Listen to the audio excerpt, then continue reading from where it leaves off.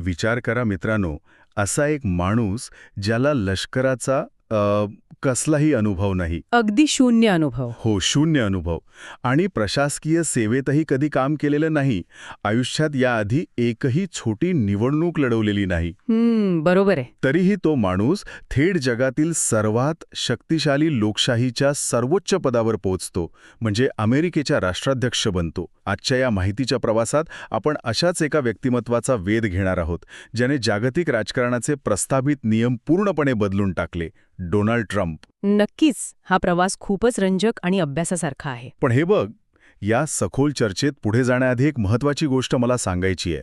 श्रोत्यांनो, जर तुम्हाला अशा अभ्यासपूर्ण आणि रंजक चर्चा ऐकायला आवडत असतील ना, तर ट्रॅव्हल अँड पॉडकास्ट या चॅनेलला लगेच लाईक, शेअर आणि सबस्क्राईब करा. आणि हो, आपण सुरुवातीलाच हे स्पष्ट करायला हवं की आपण कोणत्याही राजकीय विचारधारेचं समर्थन किंवा विरोध इथे करत नाही आहोत. अगदी बरोबर. आपण पूर्णपणे तटस्थ आहोत. हो, मी एक अभ्यासक म्हणून फक्त एका अब्जाधीश व्यावसायिकाच्या ट्रम्प नीतीचा, त्यांच्या व्यावसायिक दृष्टिकोनाचा आणि त्यांच्या डील मेकिंग कलेचा इतिहास उलगडणार आहे. बरं, आपण हे थोडं उलगडून बघूया.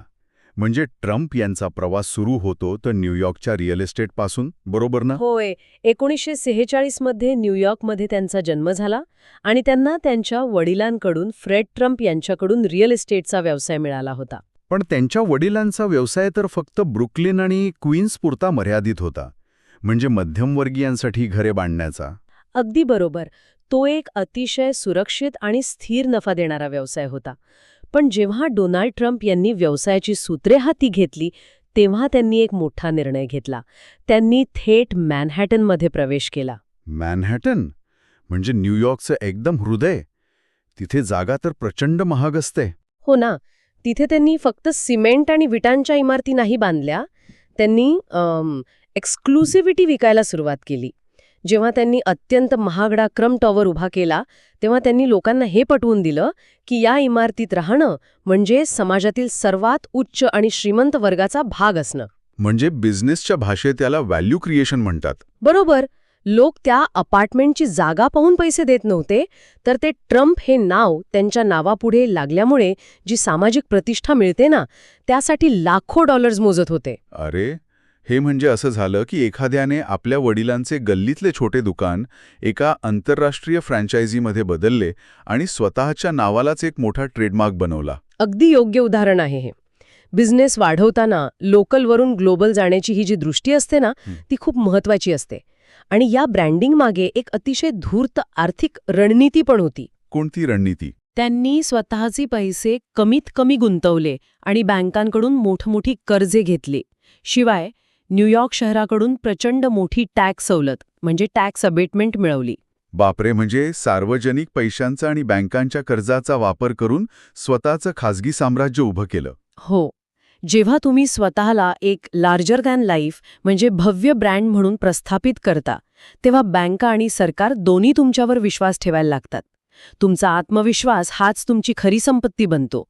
हाच तो पहिला मोठा धडा होता जो त्यांनी राजकारणात पुढे वापरला. लोकांच्या आकांक्षेला टार्गेट करणं, हेच ना? अगदी तेच. त्यांना हे खूप आधी समजलं होतं की लोक वस्तुस्थितीपेक्षा त्यामागील भव्य स्वप्नाला जास्त भुलतात.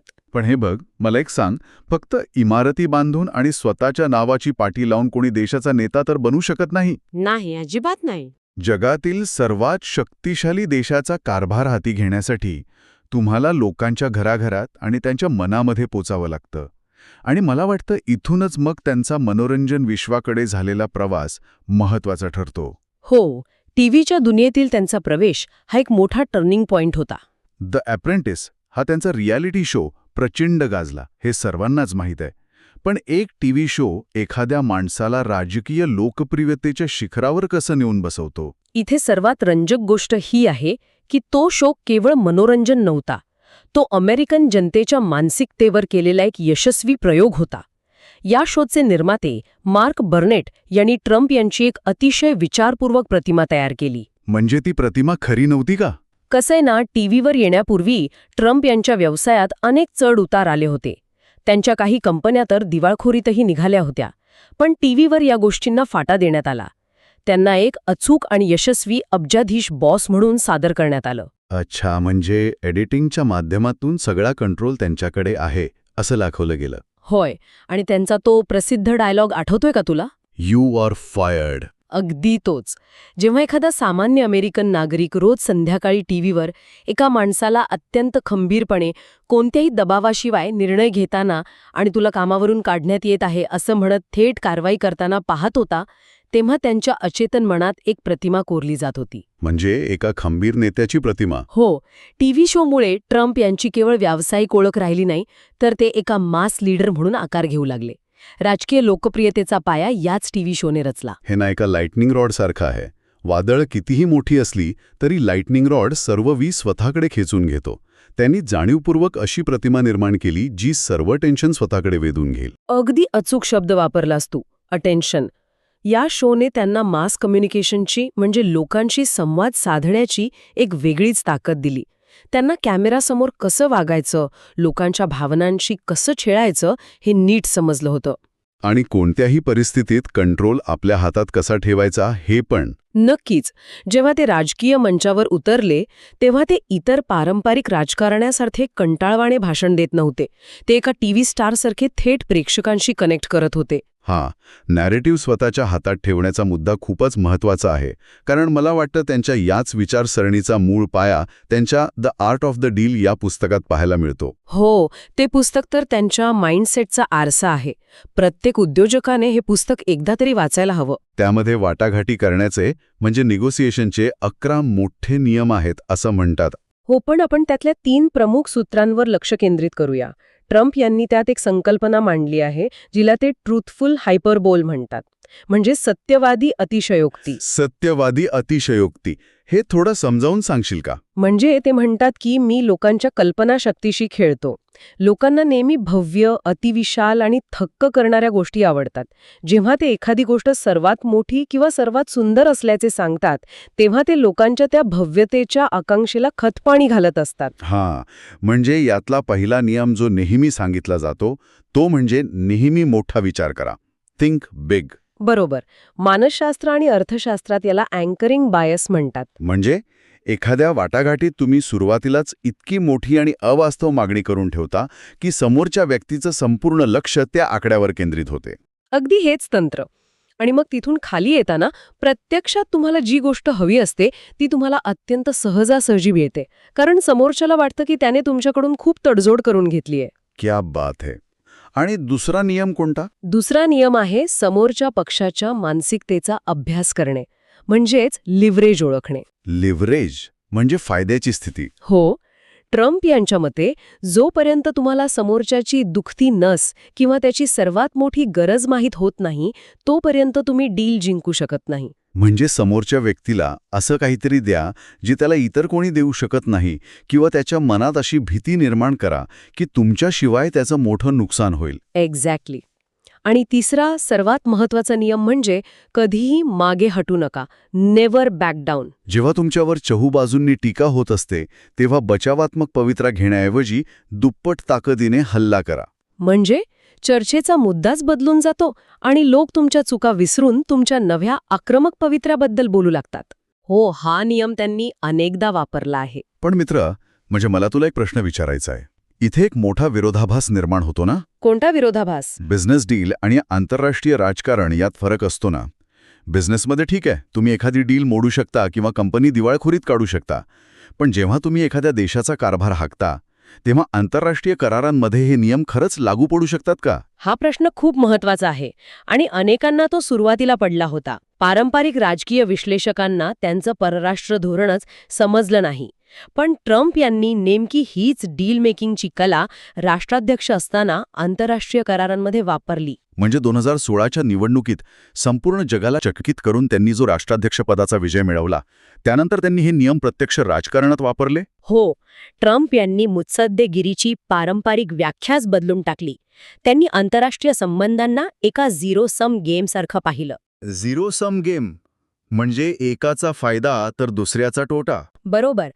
त्यांच्या मते कोणत्याही आंतरराष्ट्रीय करारात जर अमेरिकेचा एक टप्पा जरी तोटा होत असेल तर ती एक वाईट डील आहे. पूर्वीचे राष्ट्राध्यक्ष नाटो किंवा UN सारख्या संघटनांकडे जागतिक शांततेचे माध्यम म्हणून पाहायचे. पण ट्रम्प यांनी तसं पाहिलं नाही. नाही, त्यांनी याकडे पूर्णपणे व्यावसायिक दृष्टिकोनातून पाहिलं. त्यांनी थेट मित्रराष्ट्रांना विचारलं, आम्ही तुम्हाला संरक्षण देतो, मग तुम्ही त्याचे पैसे का देत नाही? अरेच्छा, म्हणजे त्यांनी जागतिक राजकारणाला एका विशुद्ध व्यावसायिक कराराचं स्वरूप दिलंय. म्हणूनच त्यांचे ते नारे इतके गाजले, अमेरिका फर्स्ट आणि मेक अमेरिका ग्रेट अगेन. अगदी बरोबर. पारंपरिक बहुपक्षीय करारांमधून बाहेर पडून त्यांनी प्रत्येक देशासोबत समोरासमोर म्हणजे बायलॅटरल डील करण्याला प्राधान्य दिले. कारण त्यांना माहीत होतं की एक विरुद्ध एक वाटाघाटीत अमेरिकेचं पारडं नेहमीच जड राहणार. हो, आणि याच रणनीतीचा सर्वात मोठा वापर त्यांनी चीन विरुद्ध केला. अच्छा, ते जे व्यापार युद्ध किंवा ट्रेड वॉर झालं होतं ते? हो, चीनसोबतच्या ट्रेड वॉरमध्ये त्यांनी मॅक्सिमम प्रेशर ही टॅक्टिक वापरली.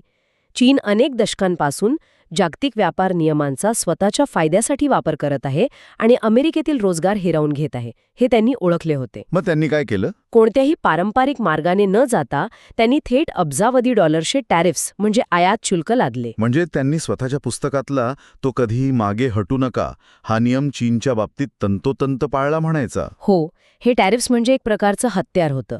त्यांनी चीनच्या अर्थव्यवस्थेची नस दाबली आणि त्यांना वाटाघाटीच्या टेबलावर अक्षरशः ओढत आणले. जर तुम्ही आमचे नियम पाळले नाहीत तर आम्ही तुमची सर्वात मोठी बाजारपेठ तुमच्यासाठी बंद करू, हा तो थेट संदेश होता. एक्झॅक्टली. आणि याचा दुसरा पैलू आपल्याला भारताच्या बाबतीत पाहायला मिळतो. भारतासोबत त्यांचे खूप खास संबंध राहिलेत ना? हो, चीनसोबत जिथे त्यांनी आक्रमक रूप धारण केले, तिथे भारतासोबत त्यांनी पर्सनल केमिस्ट्री या बिझनेस टूलचा प्रभावी वापर केला. आंतरराष्ट्रीय राजकारणात ब्युरोक्रेसी किंवा प्रशासकीय यंत्रणा खूप वेळखाऊ असते, म्हणून त्यांनी थेट संबंध प्रस्थापित केले का? होय, ट्रम्प यांनी या यंत्रणेला बाजूला ठेवून थेट भारतीय नेतृत्वासोबत वैयक्तिक संबंध जोडले. हाऊडी मोदी आणि नमस्ते ट्रम्प यांसारखे भव्य कार्यक्रम केवळ मेळावे नव्हते. मग ते काय होते? ते जगाला आणि विशेषतः चीनला दिलेले एक संकेत होते. आशियामध्ये जर शक्ती संतुलन राखायचं असेल तर भारतासारखी मोठी बाजारपेठ आणि सामरिक भागीदार आपल्या पाठीशी असायला हवा, हे त्यांनी अचूक ओळखून होतं. म्हणजे इथे त्यांनी समोरच्या देशाच्या विकासाच्या आणि तंत्रज्ञानाच्या गरजा ओळखून म्हणजे लेव्हरेज वापरून एक मजबूत भागीदारी उभी केली. अगदी बरोबर. हे सगळं ऐकताना एक गोष्ट प्रकर्षाने जाणवते.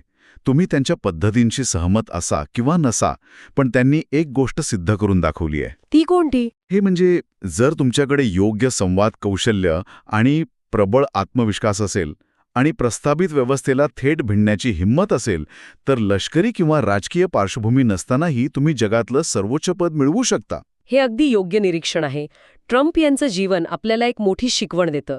त्यांच्या संपूर्ण कारकिर्दीतून आपल्याला हे शिकायला मिळतं की पारंपरिक शहाणपण नेहमीच जिंकतं असं नाही. खरंय. जेव्हा तुम्ही लोकांच्या मूळ भावनांना, त्यांच्या भीतीला, त्यांच्या आकांक्षेला आणि त्यांच्या अभिमानाला हात घालता, तेव्हा तुम्ही कोणताही राजकीय चमत्कार करू शकता. त्यांचा हा जो व्यवहारवादी दृष्टिकोन आहे तोच त्यांच्या यशाचा आणि त्यांच्या भोवती असणाऱ्या वादांचाही मुख्य केंद्रबिंदू राहिला आहे. या सर्व सखोल विश्लेषणातून आपण एक गोष्ट नक्की शिकलो आहोत की जागतिक राजकारण आता पूर्वीसारखं राहिलेलं नाही. हो, आणि याच मुद्द्यावर आपण थांबायला हवं असं मला वाटतं. होय, आणि इथूनच पुढे श्रोत्यांसाठी विचार करण्यासारखा एक अत्यंत महत्त्वाचा मुद्दा उभा राहतो. मित्रांनो, जरा विचार करा, जर भविष्यात जगातल्या प्रत्येक नेत्याने स्वतःच्या देशाचा कारभार एखादा व्यावसायिक डीलसारखा चालवायला सुरुवात केली तर या जगाचं राजकारण किती बदलेल? म्हणजे मानवी हक्क, ऐतिहासिक संबंध आणि संस्कृती या सर्व गोष्टींपेक्षा फक्त आर्थिक नफा आणि तोटा हाच जर आंतरराष्ट्रीय संबंधांचा पाया बनला तर? अगदी तेच. तर हे जगाच्या भल्याचं असेल की अधिक धोक्याचं? चांगले की वाईट? हे तुम्हीच ठरवा. हा एक असा प्रश्न आहे ज्याचं उत्तर येणारा काळच देईल. नक्कीच. मित्रांनो, या माहितीच्या प्रवासात आमच्यासोबत सहभागी झाल्याबद्दल खूप खूप धन्यवाद. तुम्हाला ही सखोल चर्चा कशी वाटली हे आम्हाला कमेंट करून नक्की सांगा. हो, तुमच्या प्रतिक्रियांची आम्ही वाट पाहत आहोत. आणि हो, जाता जाता पुन्हा एकदा आठवण करून देतो, ट्रॅव्हल अँड पॉडकास्टच्या या चॅनलला लाईक करा, शेअर करा आणि सबस्क्राईब करायला अजिबात विसरू नका. अशाच एका नव्या आणि रंजक विषयासोबत पुन्हा भेटूया. तोपर्यंत विचार करत रहा आणि नवनवीन गोष्टी शिकत रहा. धन्यवाद.